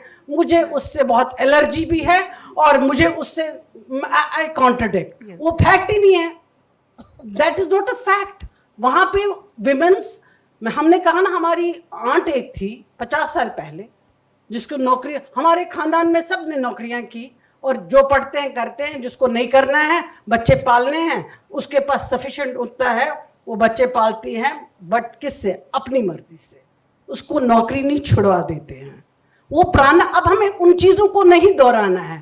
ट्रिपल तलाक, पॉलीगैमी, दो थिंग्स हैव गॉन नाउ। अगर हम जैसे हक की बात सभा ने कही, वो आज से 40 साल 45 साल, that is not now it is. अब ये आप बता रही है जो कोर्ट में बैठी है, शी इज प्रैक्टिसिंग लॉ, तो वो बोल रही है कि मैंने सब्र इसलिए किया कि मेरा बेटा जाएगा, उनको मालूम है मेंटेनेंस क्या। तो अब हमें उस चीज़ पे बात ही क्यों करनी है जो कि हमारा इश्यू ही नहीं है। बात है कि हमें पॉलिसी स्ट्रक्चर पे कहाँ क्या रुकावटें हैं, उस पर काम करने की ज़रूरत है। Thank you so much, ma'am. Now I'm going to ask the last question to Firdaus, ma'am. Once again, I will remind that we are actually running at the schedule. We are already 30 minutes late. So kindly try to be as brief Start as 30 minutes late. That is something you should not tell to a lawyer. Anyways, yeah. Yeah, so I would like to ask again the culmination of two questions. How was particularly, if any, particular discrimination or any encouraging your experience as the lawyer stayed with you for years? Number two, what kind of one strong legal suggestion would you like to give to the girls who are sitting here? These two questions I would like to ask. Thank you. So now there is a disclaimer also, and there is a warning that I have to speak very less. Court में जज साहब बोलते तो normally we say that in 30 seconds my lord we will just submit it, और वो 30 minute हो जाता है। Anyways, see, as Professor Sabiha Hussain ma'am said कि उनको ये कहा जाता था कि आप जामिया मिलिया इस्लामिया में पढ़ाती होंगी because she was a Muslim. To me also, my father has been member of Law Commission of India and also Dean Guru Gobind Singh Indraprasth University. He has been many things. He has been in Indian Law Institute also. But time and again, when somebody used to find that he is into the legal fraternity, so I was always told, asked, he might be in Jamia Millia Islamia. तो मैं कहती थी कि क्यों भाई, ऐसा क्यों है? क्यों, if there is a Muslim, so does it mean कि वो जामिया मिलिया में ही होंगे? So खैर वक्त के साथ साथ समझ में आया। दूसरी बात जो है हिजाब को लेके, you know, we lawyers kind of make notes and then we talk about that. It's with journalists also. So as Sabha ma'am said that कि उन्होंने ये शुरू से ऐसी थी कि ये जो है करना है तो करना है, किसी की परमिशन की जरूरत नहीं है।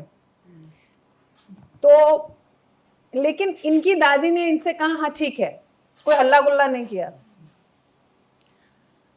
Shabista ma'am also said that Kashmir में ऐसा नहीं है कि एजुकेशन नहीं है या वगैरह।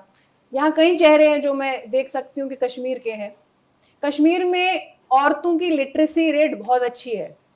आपको वहाँ पे जॉब करने वाली औरतें भी बहुत मिलेंगी, और शादी की जो एज है वहाँ पे, हम जब यहाँ आए इस तरफ हिंदुस्तान के, तो हमें बड़ी हैरानी होती थी कि 12th क्लास में बच्चियां हैं, 10th में हैं, उनके निकाह कर दिए जाते थे।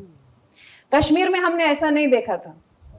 इवन गरीब से गरीब फैमिलीज में भी, in fact with both ma'am is here, with the Kashmiri Pandits as well as the Kashmiri Muslims. ऐसा नहीं था कि हाँ आप बड़े हो गए थोड़े से. So I will just, because you have told me, I have to speak less. So मेरे जो दादी थी वो मैं उनसे कहती थी कि सबकी दादियां सबसे ये कहती हैं कि तुम्हारी बहुत अच्छे घर में शादी हो जाए, तुम्हें बहुत अच्छा दूल्हा मिले. आप मुझसे कहती हैं कि ऑफिसर बनो, अपने बाप से भी आगे जाओ, ऐसा क्यों है? तो वो यही कहती थी मुझसे कि अरे उनको दिखता नहीं है, मुझे दिख रहा है कि तुम क्या करोगी, तुम्हें कहाँ जाना है, and I am there. And she was also kind of leader in her family. उन्होंने ऑलमोस्ट 4,000-5,000 यतीमों को पाला. उन्होंने उस जमाने में कॉन्फ्लिक्ट था काफी, उन्होंने पाला उनको, अपने घर में उनको खाना दिया. वो उस किस्म की औरत थी. मेरी मदर जो है उन्होंने मुझसे कहा कि शादी के बाद जब मेरे, because I wanted a family also, बच्चे हुए, उन्होंने मुझसे कहा तुम्हारा एक दिन भी ऐसा नहीं होना चाहिए कि आप ना जाओ प्रैक्टिस पे. So choose someone who will support you, who will not say this that I am allowing you, I am giving you permission. मैं आपको इजाजत देता हूं कि आप काम कर सकती हैं, ऐसे मर्द से नहीं शादी करनी है. तो ये एक ऐसी बात थी, एक ऐसा सपोर्ट था जो कहां से आ रहा था?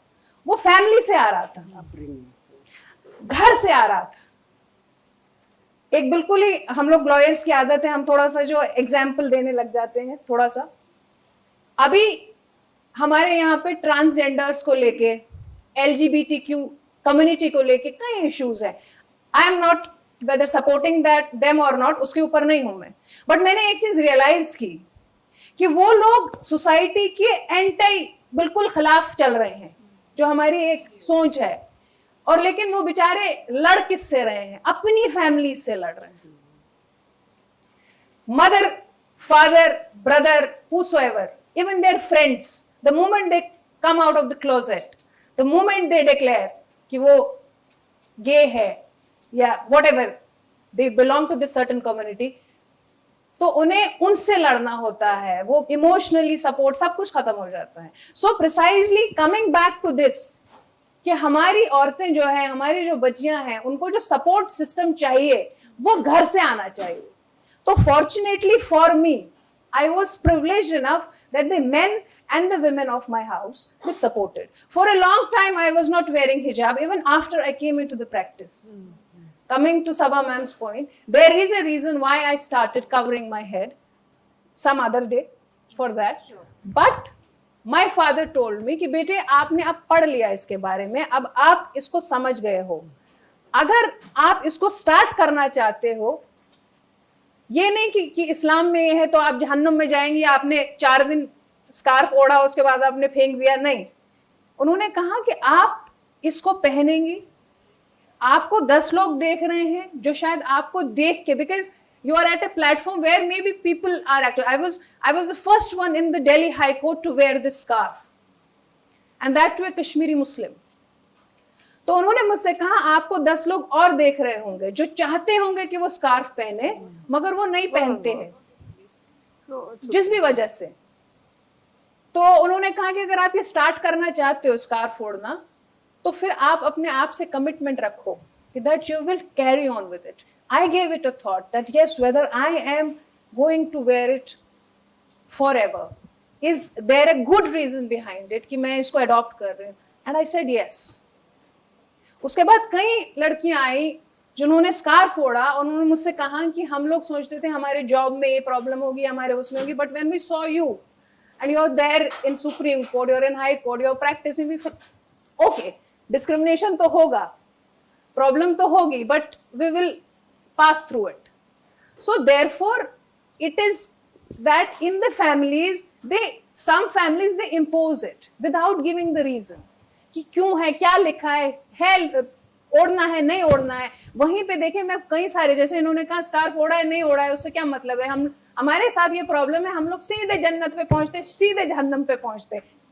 ये नहीं करोगे तो जन्नत पे जाओगे, जहन्नम में जाओगे, उसको नहीं करना है. आप बताओ ना कि भाई ये अगर इस्लाम में लिखा है उसकी क्या वजह है? अब I asked my father, I said okay fine, if I'm because I was already a practicing lawyer, I said अगर इस्लाम में लिखा है आप जो भी जहां पे भी लिखा है ठीक है आप चादर ओढ़ ली हैं, जो it has been also a debatable question and thing, मैंने कहा face cover. So he actually told me, he gave me incidents, he gave me the ayats from the Quran and everything. और मैंने अपने आप को प्रिपेयर भी किया इस चीज के लिए. तो अभी आज के टाइम में जब कोई मुझसे सवाल पूछता है कि अच्छा आप तो चेहरा नहीं ढकती, आप तो ये नहीं, I am prepared with it कि हाँ मुझे क्या जवाब देना, मुझे इस्लाम का हवाला ही क्या देना उसको. तो इशू ये है कि हम लोग अपने आप को एजुकेट ही नहीं करते. अब इनको मौलाना साहब ने कहा कि भाई आप अगर हिजाब ओढ़ लेती तो क्या होता, तो आप बहुत और ज्यादा अच्छा लगता, तो फूल बरसते आसमान से, नहीं है ना? इतना ही है हमको तो लगा. ऐसा नहीं है.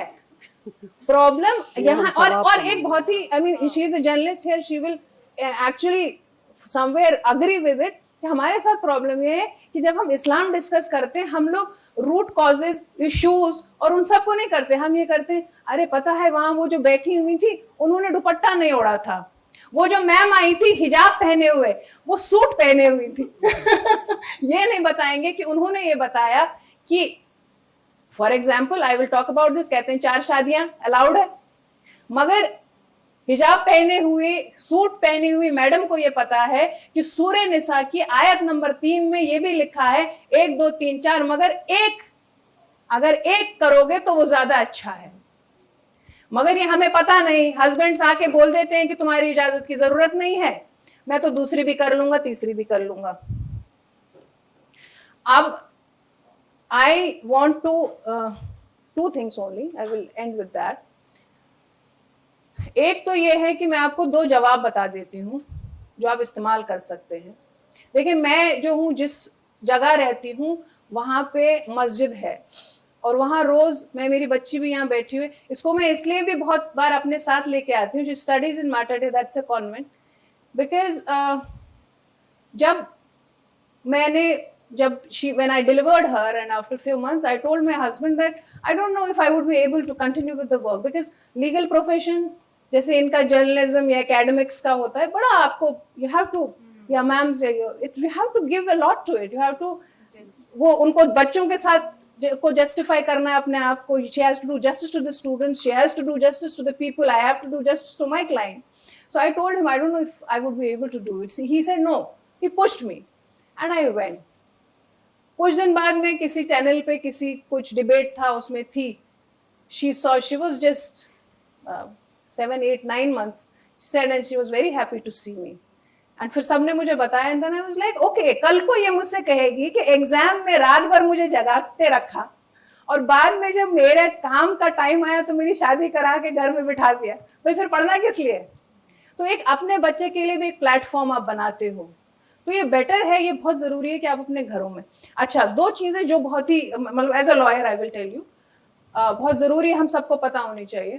पहले तो ये 4 शादी वाला, अभी ट्रिपल तलाक तो गया, अब नया इशू आने वाला है 4 शादी वाला.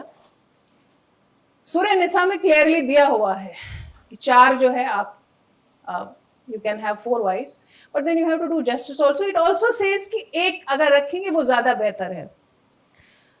तो अभी क्या है कि इसमें 2 जवाब होते हैं. एक तो ये होता है कि आपको उन 4 के लिए को इक्वली ट्रीट करना है. इक्वली आप ट्रीट कैसे करोगे? When I discussed this with my father, he told me let's take an apple. एक सेब ले लेते हैं. चलिए मैं उसको उर्दू में हिंदी में बोलती हूँ. एक सेब ले लीजिए, मेरे 2 बच्चे हैं, उस सेब को मुझे इक्वली दोनों में बांटना है. मैंने 2 टुकड़े कर दिए, एक राइट टुकड़ा हो गया, एक लेफ्ट टुकड़ा हो गया. राइट मैंने एक बच्चे को दिया, लेफ्ट एक बच्चे को दिया. इट इज नॉट जस्टिस, क्योंकि मैंने एक को दायां हिस्सा दिया, एक को बायां हिस्सा दिया. मैंने दोनों को सेम चीज नहीं दी, दायां दायां नहीं दे पाई. अब मैं फिर उसके टुकड़े करूं, एक दायां हो गया एक बायां हो गया. तो to my understanding it's very difficult to treat 4 people similarly at the same pedestal. It's not possible. आप नहीं कर सकते हैं. तभी उस आयत में लिखा हुआ है कि अगर एक करोगे वो बेहतर है तुम्हारे लिए. अच्छा दूसरी बात, बड़ा हम लोगों को टॉर्चर किया जाता है कि तुम्हारे यहां तो 4 शादियां अलाउड है. हमारे यहां पे एक लिमिट दे दी गई थी. Polygamy it was through out the society. It is not कि सिर्फ मुसलमानों में थी, हर किसी में थी ये। बट हमारा कुरान जो है उसने हमें एक लिमिट दे दी कि भाई 4, उससे ज्यादा नहीं। With respect to the other religions, and this is with due respect to them, it was with the act of the parliament that it was said that you need to have only one wife, otherwise it would be a crime. हमें parliament के enactment की जरूरत नहीं थी, हमारा कुरान शरीफ ही काफी है। Problem वही आ जाती है फिर कि हम लोग पढ़ते ही नहीं हैं, ना हम पढ़ाते हैं, हम लोग पता नहीं किन खामाखाओं की चीजों में लगे हुए हैं। And the most difficult clients that I have faced, जो बहुत ही कट्टर मुसलमान होते हैं, बल्कि मैं उनसे कहती हूँ आप कट्टर हैं, मुसलमान नहीं है। एंड दैट्स ए फैक्ट, कट्टर हैं मगर मुसलमान नहीं, एंड इट्स ए फैक्ट। सो अभी जितनी भी प्रॉब्लम्स है, अच्छा वही चीजें हम लोग जितने भी यहाँ बैठे हुए हैं, मुझे नहीं लगता कि बहुत ज्यादा डिस्क्रिमिनेशन हमने उस हिसाब से फेस किया है। बट और हम लोग कहीं भी अगर डिस्क्रिमिनेशन हुआ भी है, like there were few law firms, you know, with them I had issues, but कहीं ना कहीं ये था कि नहीं बैक है, मेरे पेरेंट्स भी सपोर्ट कर रहे हैं। ऐसा तो नहीं कि मेरा फादर कल को कहेगा मैंने तो कहा था ना कि ये क्या लाइन तुमने चूज की। सो कहीं ना कहीं जब आपका एक सपोर्ट सिस्टम है, आपको फैमिलीज में ही, तो बाहर कितना भी डिस्क्रिमिनेशन हो, वो कोई, I don't think that's going to trouble anyone. मैं एक पॉइंट ऐड करना चाह रही हूँ फिरदौस को, बस जस्ट फॉर 1 मिनट। जैसे ये जो यंगस्टर्स विमेन है यहाँ पे, लेट अस एज अ मुस्लिम, या अगर कोई दूसरा भी पढ़ेगा तो हर्ज नहीं है, इल्म तो बाहर इल्म होता है। 4 शादियाँ कैसी आई है, ये क्या कॉन्सेप्ट है? कुरान जब उतारा गया वो नेटिव अरबिक लैंग्वेज भी नहीं थी, वो दूसरी बहुत टफ लैंग्वेज है जिसको इंटरप्रेट बहुत तरीकों से किया गया है। 4 शादियां इसलिए उस वक्त थी कि वहाँ वॉर विडो वुमेन्स होती थी, ऑर्फन्स होती थी, डेस्टिट्यूट्स होती थी, उनको थोड़ा सा सपोर्ट करने के लिए, उनको सपोर्ट करने के लिए वो था। और सबसे ज़्यादा है कि जो बच्चे होते थे उनकी परवरिश होती। अभी हम बहुत सारे मिसाल हमें जवाब भी मिलते हैं सो कॉल्ड बहुत डेवलप्ड कंट्रीज़ में। अभी एक फाइल खोली गई जहाँ पे माइनर्स के साथ क्या किया गया, वो किसी न किसी तरीके के मजबूरी के तहत वहाँ है। दिस इज़ हाउ शरिया वहाँ पे जो हमारी अंडरस्टैंडिंग है।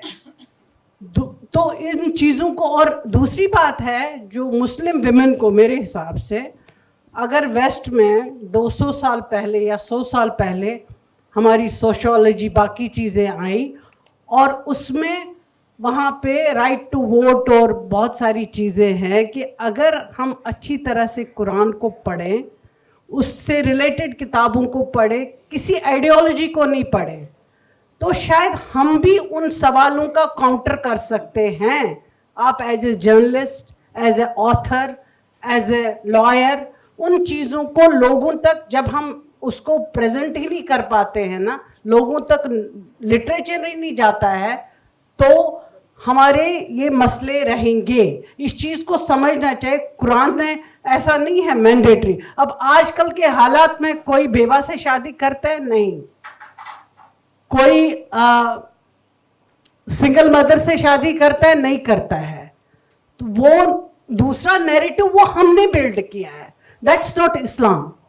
इसको थोड़ा सा आपको काउंटर और जवाब देने की हमें अपने आप को लिटरेट करना है। अभी पिछले साल एक इलेक्शन हुआ बहुत डेवलप्ड कंट्री में, जहां विमेन एक मैं ये बात करके ख़त्म करना चाह रही हूँ, just to give you the example, जहां women was also a presidential candidate, तो उसको नहीं आने दिया। वहाँ एक मेल को क्योंकि उनके जीन्स में ही नहीं थे कि वो विमेन की लीडरशिप को एक्सेप्ट करें, ठीक है ना।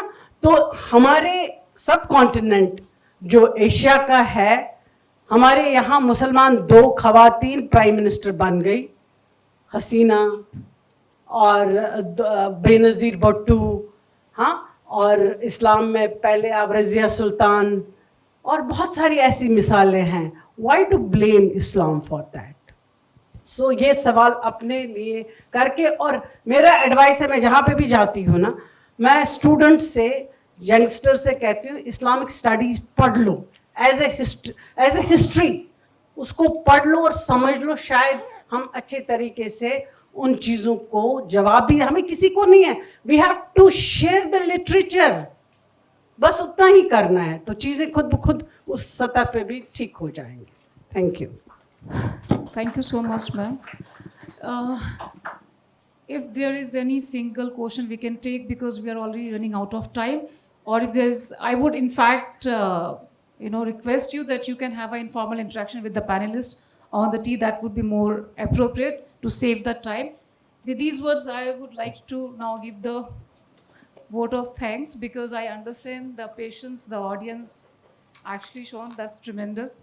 Okay, so thank you so much. I would like to extend the warm regards and heartfelt thanks to all the panelists, Professor Sabiha Madam, Dr. Shabista Ma'am, Ms. Saba Naqvi Ma'am, and Mrs. Firdaus Ma'am. Thank you so much for giving a lot of perspectives and insight.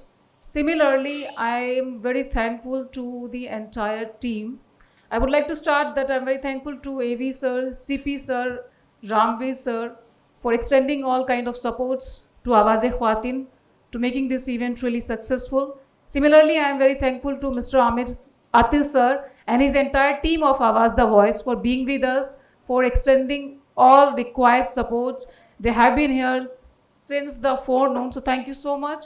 Similarly, I am thankful to Dr. Hafizur Rahman sir and his team of Khusro Foundation for providing all sorts of facilities which was required. Their books are also in the kit, so kindly do read and go through the catalog as well.